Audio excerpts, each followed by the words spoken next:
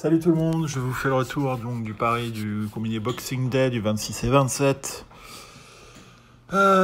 Qui est perdant, qui est perdant, qui est perdant, qui est perdant, qui est perdant. Alors, il est perdant d'abord parce que Chelsea perd, parce que Sheffield fait match nul et Manchester perd avec des circonstances de jeu malheureusement très négatives puisqu'il y a eu un carton rouge pour Manchester dès le début du match. Et en plus, on ne peut pas dire qu'ils ont été flamboyants. Je les ai trouvés assez en retrait, même à 10, par rapport à une équipe comme Wolverhampton qui est bon, qui est pas mal, mais voilà, là, en l'occurrence, en ayant vu une partie de ce match-là, je me demande comment Manchester a des chances cette année en Ligue des Champions. Je pense qu'ils ont leur niveau a quand même diminué. Alors, dans l'ensemble, ils peuvent se hisser leur niveau à un très bon niveau par moment, mais sur la durée, c'est quand même moins bon que l'année dernière. Bon, enfin bon, pas besoin d'être un Einstein pour voir ça. Voilà, donc comme finalement assez souvent les matchs qu'on pense être les matchs surprises ne sont pas des surprises, et ceux qu'on pense sûrs font des surprises.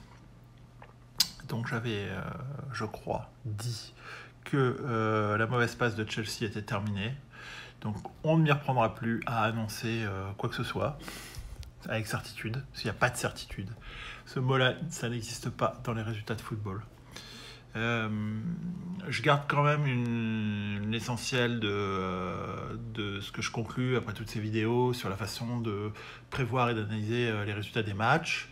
En tout cas, j'ajoute une chose, je pense que... alors, comment dire ? D'une manière générale, il y a quand même globalement assez peu de nuls dès qu'on fait des sélections sur des petites cotes comme ce que je fais. Je m'aperçois depuis 2 mois que il y a dû y avoir une grille avec 2 nuls, sinon c'est 0 ou 1 nul quasiment en permanence. Et donc, dans les choix de match, la tendance naturelle qu'on peut avoir, c'est de se sécuriser en disant bah, je prends la victoire et je prends le nul.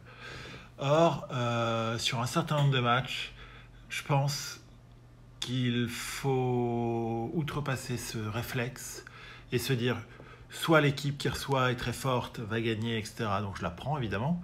Soit c'est la défaite parce que c'est un jour sans pour eux, mais il n'y a pas d'entre-deux. Et garder les matchs nuls pour des matchs comme Everton-Burnley, comme Manchester United, comme Sheffield United. Et si je refaisais la grille en intégrant des nuls sur ces 3 matchs et victoire domicile ou extérieur simplement sur les autres, avec quelques filtres bien placés, je pense qu'elle restait. Je l'ai calculé, hein, la grille sur ces matchs-là qui sort, elle sort à 800, un peu plus de 800 contre 1. Et finalement, ça vaut le coup d'en perdre 3-4 d'affilée, puis d'en toucher une, mais qui cette fois-ci soit une grille avec 1, 2 ou 3 surprises de ce type-là. Et sur la durée, ce genre de grille ou ce genre de technique, je pense, est plus rémunérateur. Donc pour les prochaines, probablement que j'essaierai d'appliquer un petit peu plus ce principe de ne pas mettre systématiquement de nul, compte tenu du fait qu'en effet, il y en a très peu. Et que prévoir potentiellement une victoire d'un non-favori à l'extérieur est beaucoup plus rémunérateur. Voilà. Deuxième chose, pendant ce Boxing Day, je prends des équipes anglaises, puisqu'il n'y a que des équipes anglaises, évidemment. Jusqu'à présent, jusqu'au Boxing Day, c'est-à-dire tant que les championnats européens avaient lieu, comme vous avez pu le voir, j'ai été surtout axé sur les grosses équipes, apportant un taux de certitude un peu plus important, évidemment. Et donc on voit bien que dès qu'on se décale des super favoris, on rentre c'est un peu plus du tir au pigeon, quoi. Ça peut facilement partir dans tous les sens. Donc pour le coup, là je vais stopper jusqu'à la reprise des gros championnats début janvier. Et on va reprendre les choses en mettant méthode de sélection, grand club, et en essayant de faire la synthèse de toutes les petites choses qu'on a apprises au cours des vidéos pour qu'à un moment on touche une grille à 500, 600, 700 plus, voilà.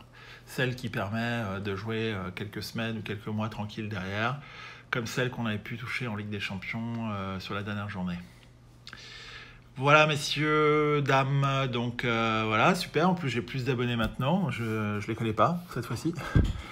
Donc bonjour à tout le monde et pourvu que ça continue et qu'on arrive à affiner nos techniques pour trouver quelque chose qui, sur le long terme, puisse être intéressant et rentable.